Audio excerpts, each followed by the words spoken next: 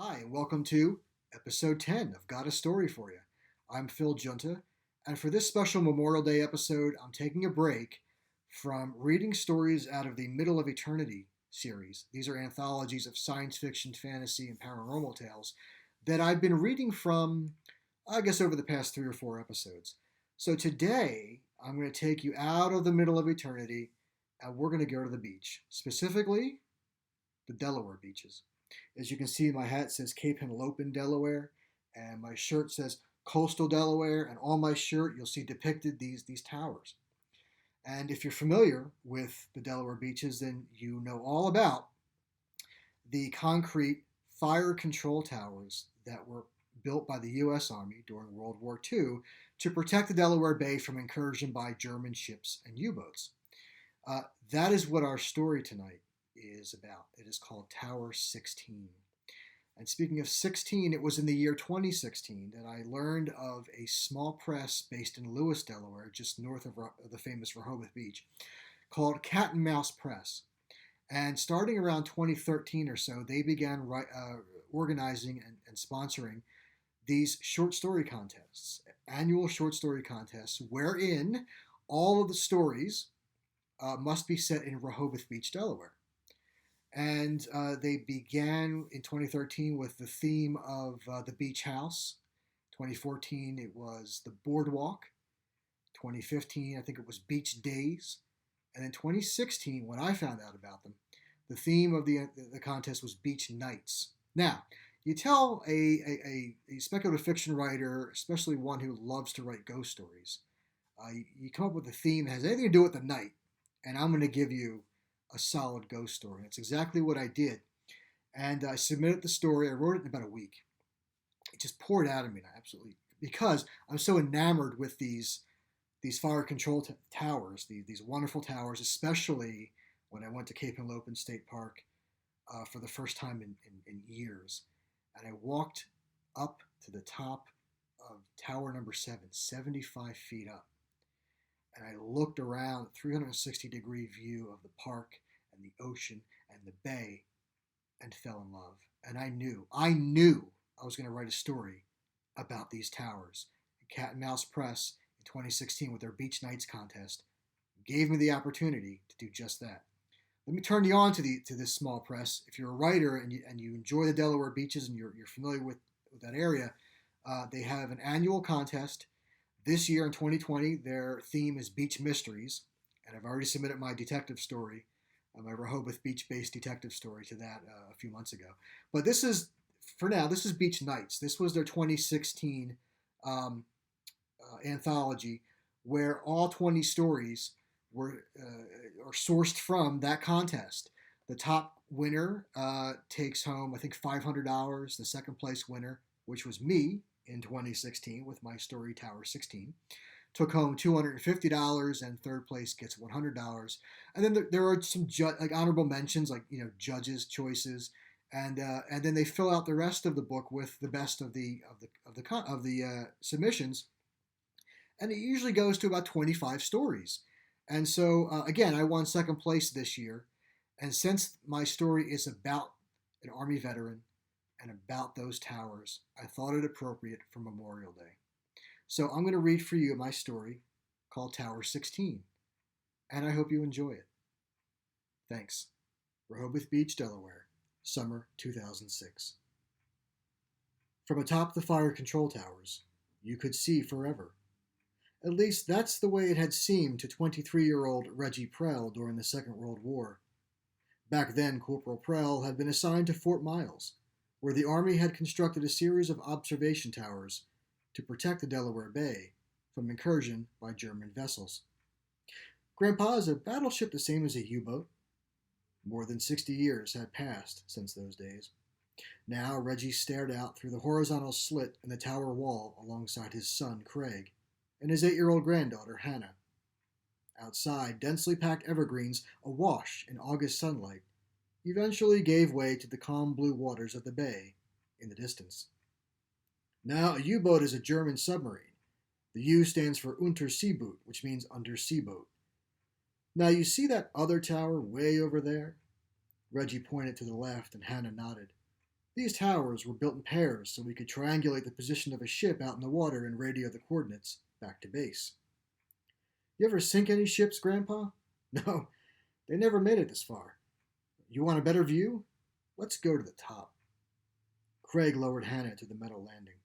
Are you sure you're up to it in this heat, Dad? I'm 84, boy. I'm not dead. Don't need you henpecking me. Got enough of that from your mother, God rest her soul. Now, fall in and forward march. The top level of Observation Tower 7 in Cape Henlopen State Park allowed for a 360-degree view of the park and surrounding water. To their right, the white buildings and massive guns of Fort Miles were visible 75 feet below. Hanna waved down at her mother, Candace, before gripping the chain-link fence with both hands. I wish Mommy could see this. You know Mommy's scared of heights, Craig said. Hanna pointed to the other tower they had seen earlier. How many towers are there, Grandpa? There were 15 along Delaware coast and 4 in Jersey. They tore down 2 in the Wildwoods years ago, and there are only 11 left here. 13, Craig said. Unlucky number. They were built to last at most 20 years, and here we are 61 years later. Pretty damn lucky, I'd say. How many soldiers were in each tower, Grandpa? Oh, about 8, give or take. Back in the day, there were no spiral steps. You had to climb a ladder all the way up and down. And there was a wooden floor at every level. All those little windows near the bottom had glass in them. About the only thing left now is the concrete. Just a shell of their former selves. Reggie looked at Hanna. You know how long it took to build each tower? She shook her head. Reggie held up a bent, gnarled finger. 1 week, start to finish. They'd pour all the concrete in a day, and Reggie trailed off, staring down at Fort Miles. All the buildings were gone, and in their places stood olive-drab tents. Several men in World War II Army uniforms hurried about. Still others were inspecting the guns. Dad, you okay? Reggie frowned. Must be some reenactment. What are you talking about? Reggie nodded toward the fort. All those men in uniform down there. And those tents are like the ones that were there before the buildings. Craig followed Reggie's gaze. I only see a bunch of tourists taking pictures. Are you feeling all right, Dad? Maybe we should go back down. I think the heat and the walk up here might have been too much for you. I'm fine. Reggie removed his sunglasses and rubbed his eyes. When he looked again, the buildings were back, and the soldiers were gone, replaced by the usual strolling sightseers. I know what I saw. Although Reggie would never admit it, life had been lonely since Beverly died. They had made a lot of friends after retiring to Rehoboth Beach, finally living in a house on Hickman Street that they'd rented out every summer for decades. Still, everyone else had heard all of Reggie's Army stories more than once. Certainly his son and daughter-in-law were sick of them by now. His granddaughter, on the other hand, was a fresh audience, and her enthusiasm helped fill the void left by the loss of his wife, the grandmother that Hanna never met. Of course, Reggie would never admit that either. He had a cantankerous image to maintain. The sight of Hanna and Candace approaching from the shoreline snapped Reggie out of his reverie. With drenched bathing suits and matted hair, each was carrying a bucket filled with water. Hanna dropped to her knees in the sand just beyond the shadow of Reggie's umbrella and emptied her bucket. Candace set hers down and reached for a towel from one of the empty beach chairs. Making a castle? Hanna shook her head. A tower, like the one we were in today with Grandpa. With a smile, Craig looked over at his father. See what you started? Reggie grunted a brief acknowledgement, but had become distracted by a young man sporting the khaki shirt and matching trousers of a World War II Army summer service uniform. The soldier strode purposely across the beach, and as he drew near, Reggie was able to attach a name to the face.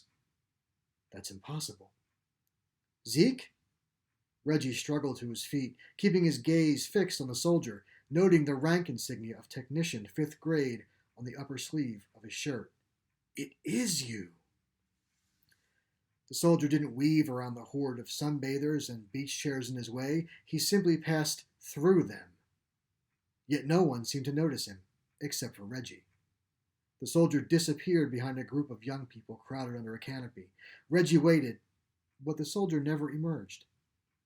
Craig raised an eyebrow. "What are you looking at, Dad? Cute little honey catch your eye?"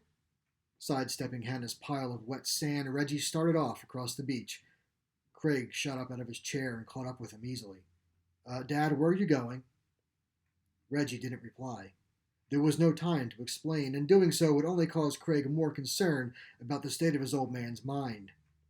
Finally, they reached the canopy, but the soldier was nowhere to be found. A petite young blonde in a blue and white bikini stepped away from her friends and smiled as she looked from Reggie to Craig. "Hi, lose something?" "Possibly my sanity." Reggie looked left and right. "He was just here." "Who?" Craig gently took Reggie by the arm. "No one, ma'am. I'm sorry to bother you. My father is just, having a moment." "Gotcha. No worries. Have a good one, guys." "Come on, Dad. Let's head back to the house and get cleaned up for dinner." This time, Reggie didn't protest. Perhaps Craig had cause to be concerned. "Ever since Mom died, I've been worried about him. I knew letting him live here alone was a bad idea. Seems like he's declining fast. Maybe it's time to consider a nursing home, one that's closer to us." "He won't leave Rehoboth without a fight." "Well, then I'm sure we can find something for him around here." In the hallway just outside his spare bedroom, Reggie leaned against the wall, listening to the exchange between his son and daughter-in-law. The door was ajar, allowing him to remain out of sight. It hadn't been his intention to eavesdrop, but damn it, this was his home. No one had a right to conspire behind his back and make decisions about his life.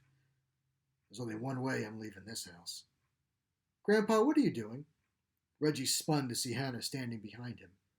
"Don't scare an old man like that. I was just heading downstairs." "Can you tell me more stories about the Army?" After a brief pause, Reggie smiled. "I can do better than that. I can show you." Reggie found his old photo album, and he and Hanna sat down at the dining room table. Hanna pointed to a picture of one soldier saluting another. "Is that you? You were skinny." "Yep, that's me as a corporal saluting one of my superior officers, Captain Trustin D. Lee." Hanna raised her right hand to her forehead in a mock salute. No, that looks like you're shading your eyes from the sun. Let me show you a proper salute. Stand up and face me." Reggie and Hanna rose from their seats and stood about 4 feet apart. "Straighten up, soldier. Shoulders back. Posture is critical to a proper salute. Start with your right arm straight at your side. Hand flat, all fingers together. Now, raise your hand quickly to your brow, like this." Reggie snapped his hand up at a slant, index finger gently touching his eyebrow. Hanna mimicked the movement, albeit clumsily. "Your upper arm should be parallel to the ground and your forearm at a 45-degree angle, just like mine." Hanna adjusted her arm accordingly. "Now, turn your hand so that neither the palm nor the back are visible." Hanna twisted her hand back and forth a few times until she decided it was correct. "Better. Now, drop your arm quickly to your side like this." Reggie lowered his arm in one swift chopping motion. Hanna did likewise. "Very good. Might make a soldier out of you yet." "Not if I have anything to say about it." Reggie and Hanna turned to see Candace standing in the doorway. "Time for bed, Hanna, if you want to be rested up for Jungle Gyms tomorrow." "After Jungle Gyms, can we go see more towers, Grandpa?" "Sure, if your parents are okay with it. We can't go inside the other ones, but we can see them. Maybe even walk up to a few of them." Everyone was fast asleep by the time Reggie crept out of the house for his usual midnight stroll along the boardwalk. There were still plenty of night owls milling about, but as Reggie passed Rehoboth Avenue, their numbers dwindled. By the time he reached Olive Avenue, there was no sign of life at all. Even Obie's outdoor patio was devoid of the usual party crowd. Reggie glanced over his shoulder and stopped, incredulous at the sight of a boardwalk utterly deserted. Where the hell did everyone go? Shivering against an unseasonably cool ocean breeze, he gazed up at the Edgewater house and over at the boardwalk plaza. Their balconies were all empty. Lights are on, but no one's home. Further north, from the direction of the Henlopen Hotel, the sound of heavy footfalls gave Reggie hope that he wasn't entirely alone in the night. Under the boardwalk lights, a group of men jogged toward him. They formed two lines, leaving a gap between them. Even at this distance, it was clear that they were not dressed for summer, but rather for a war that ended 60 years ago. He recognized the combat uniforms and M1 rifles slung over their shoulders. While Reggie's mind screamed at him to get out of their way, his legs refused to budge. 4 soldiers passed him on either side without so much as a nod. Reggie recognized the last man on the right as the same one from the beach. Zeke? Zeke, it's me, Reggie. He reached out to grab Zeke's arm, only to grip thin air. Reggie stared as the unit continued on, all but Zeke, who fell out of formation just long enough to give Reggie a casual salute before catching up with the others. Reggie felt another tremor in his chest, but there was no sea breeze this time. Finally, the men turned and vanished down Rehoboth Avenue. Reggie knew it would be useless to follow them. Grandpa? Reggie's frozen legs nearly buckled at the sight of Hanna. All around them, life returned to Rehoboth. Obies came alive with music and laughter. People chatted on balconies. Hanna, it's after midnight. What are you doing out here? I followed you. Where are your parents? Asleep. Reggie rubbed his forehead. I need to sit down a moment. He led Hanna to one of the white benches, and they sat facing the beach. Reggie reached into the pocket of his cargo shorts. After looking around, he pulled out a metal flask and downed a quick snort. What's that? Scotch. Don't tell your parents you saw me drinking this. They'll look for any excuse to put me away. I won't say a word. Why are you out so late, Grandpa? Oh, I sometimes take walks late at night when the air is cooler and the stars are out. We really should start heading back, though. If your parents find out you're out here with me, we'll both be in for it. On the way, I'll tell you another story about the towers. Reggie took her hand as they strolled along the boardwalk. Do you remember how many were built here in Delaware? You said 15. Right. And the 4 in Jersey were numbered 23 through 26. What happened to the numbers in between? Funny you should ask. Some of us in the battery used to joke that when we died someday, we'd all go to the big tower in the sky. From there, we would look out for the rest of our brothers in arms, keep them safe. After a while, we started calling that Tower 16. It became sort of a code. Over the past decade or so, many of the guys have passed away. We ain't getting any younger. The rest of us would see each other at the funerals, and we'd say that Ben or Dwight or Paul or, well, anyway, we'd say that they went to Tower 16, and we'd all know what that meant. I got a letter in the mail last week from a lady whose father served with me at Fort Miles, Zeke Watkins. He and I often worked the same shift in the tower. Anyway, Zeke died a month ago, and his daughter even wrote in the letter that he went to Tower 16. Hanna squeezed his hand as they turned off the boardwalk onto Hickman Street. I don't want to see you go away, Grandpa. Not to a nursing home or Tower 16. Reggie smiled. Me neither. They continued in silence until they neared the house. Reggie opened the storm door slowly, letting Hanna enter first. All right, let's be quiet now. Don't want to wake your parents. He took one last glance toward the boardwalk, but couldn't see beyond the silhouettes of the 8 soldiers standing shoulder to shoulder across the intersection. The following evening, after returning from dinner at Grotto Pizza, Candace ushered Hanna out to the backyard, leaving the men alone in the living room. Reggie knew immediately that something was amiss. His suspicions were confirmed when Craig motioned toward Reggie's favorite easy chair. Dad, do you have a minute to chat? Reggie shrugged. Where else am I going? He lowered himself into the chair and settled in for what would undoubtedly be an uncomfortable conversation. We've been concerned about you lately. So I noticed. Reggie leaned forward. Why don't we just get to the point, boy? You want to put me in a nursing home because you think I'm losing my mind, especially after my behavior over the last few days. Well, I don't blame you. Craig stared at him for a moment. Glad you're being reasonable about this. I've been worried about you living here by yourself these past 9 years. And yet I've managed pretty damn well on my own. I have a lot of friends here in Rehoboth, and we look after each other.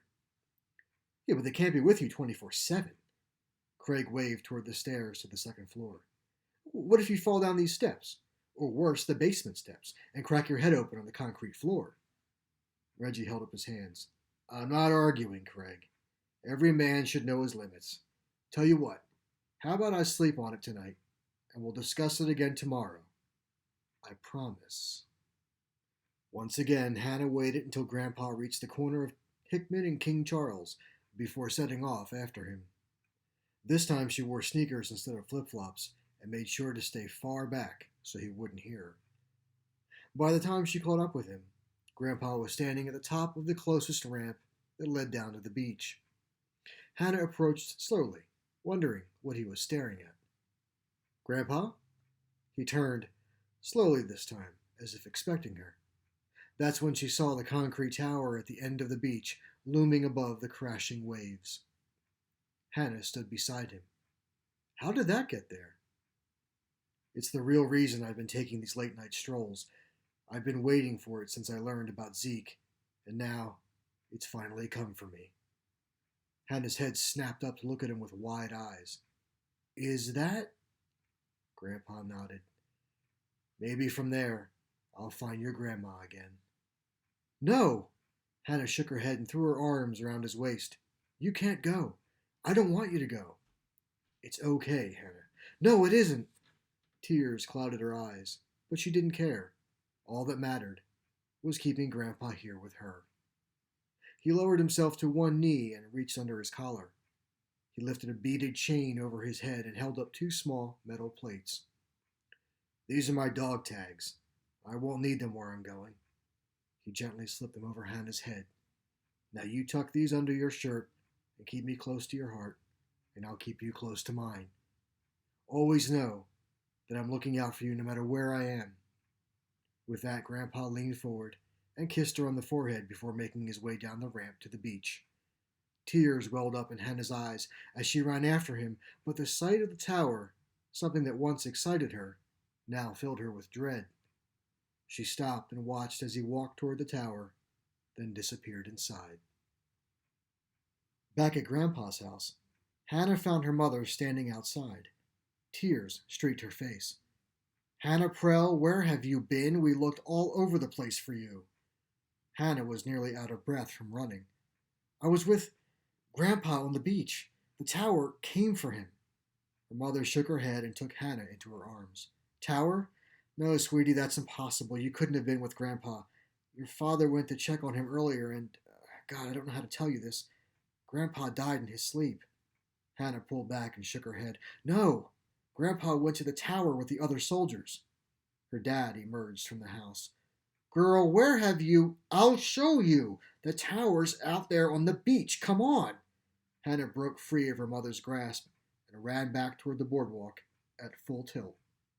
Hanna's parents caught up with her at the end of the ramp. They peered in awe at the tower along the shoreline just as a group of soldiers filed out.